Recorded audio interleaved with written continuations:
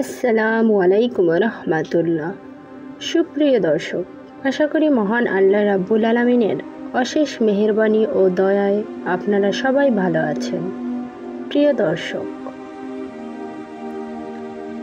যখন দোজখ উচ্চস্বরে গর্জন করবে আখিরাতের আর্তনাদ, সেই দিন দোজখ কোনো মৃত আগুন থাকবে না, তা হবে জেগে ওঠা এক ভয়ঙ্কর জানোয়ার, যার প্রতিটি শ্বাসে থাকবে গর্জন, আগুন আর প্রতিশোধ। পৃথিবী কাঁপবে, আকাশ থরথর করে উঠবে, কিন্তু দোজখ তখনও খুশি হবে না। সে তখনও চিৎকার করে বলবে, আরও আছো কি? সূরা কাফ 30। এ যেন তৃষ্ণার্ত এক জানোয়ার, যাকে লক্ষ বছর আগুন খাইয়ে রাখা হয়েছে। এখন সে চাইছে মানুষের হাড় মাংস।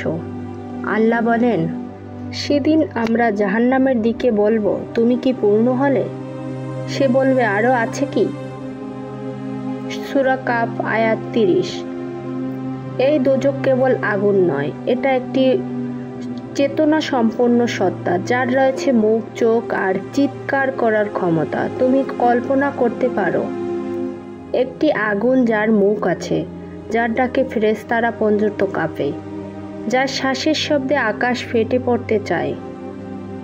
আবু হুরায়রা রাদিয়াল্লাহু তাআলা আনহু বলেন, রাসূল সাল্লাল্লাহু আলাইহি সাল্লাম বলেছেন, দোজখ বছরে 2 বার শ্বাস নেয়। এর একটি শ্বাস শীতের কঠোরতা সৃষ্টি করে, অন্যটি গ্রীষ্মের তাপমাত্রা। সহিহ বুখারী 537। যে আগুনের নিঃশ্বাসী পৃথিবীতে শীত গ্রীষ্ম তৈরি করে, তাহলে সেই আগুনের পূর্ণরূপ কেমন হবে? সেদিন এই দোজখের দিকে টেনে নিয়ে যাওয়া হবে। 70,000 রশি দিয়ে টানা হবে দোজখকে। প্রতি রশিতে থাকবে 70,000 ফেরেশতা। তা হুমড়ি খেয়ে পড়তে চাইবে গুনাহগারদের উপর। আর জাহান্নামকে সেদিন আনা হবে। সূরা ফজর আয়াত 23। কাফের আর ফাসিকদের হাতে পড়বে লোহার শেকল, পিঠে পিঠে লাগবে আগুনের চাবুক। আল্লাহ প্রশ্ন করবেন, ওরা কি তোমার কাছে সতর্ককারী চায়নি? সূরা মুলক আয়াত 8। তারা বলবে, গিয়েছিল, কিন্তু আমরা তাকে মিথ্যাবাদী বলেছি। আজ যারা বলেন, আরে ভাই, এত ভয় দেখাইয়েন না, আমরা তো গুনাহ খুব কম, তারা কি জানো একদিন দাঁড়াতে হবে এই দোজখের সামনে? একটানা 1000 বছর পোড়ার পরও তাদের চামড়া আবার গজাবে, আবার পোড়ানো হবে, বারবার বারবার পোড়ানো হবে। কি অপরাধে? নামাজ ছেড়েছিল, মানুষকে ঠকিয়েছিল, অশ্লীলতা করত, গীবত, মিথ্যা, পর্দা লঙ্ঘন,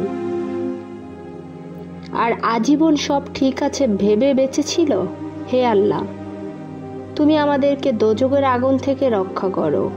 তুমি আমাদেরকে তওবার তৌফিক দাও। আমরা জানি পৃথিবীর জীবন ক্ষণস্থায়ী, কিন্তু আখিরাতের জীবন চিরস্থায়ী। আজকে জাহান্নামের শাস্তির ভীতিকর বিবরণ শুনে আমাদের হৃদয়ে হয়তো ভয়ের সংসার হয়েছে। আল্লাহ তাআলা যেন আমাদেরকে এই ভীতি থেকে শিক্ষা নেওয়ার তৌফিক দান করেন, আল্লাহর পথে পরিচালিত করেন। আমরা যেন এ জীবন যাপন করি যা আমাদের আখিরাতের জান্নাতের সুশীতল ছায়া দেবে। আল্লাহ আমাদের সকলকে ক্ষমা করুন, জান্নাতের যোগ্য করে তুলুন, আমিন।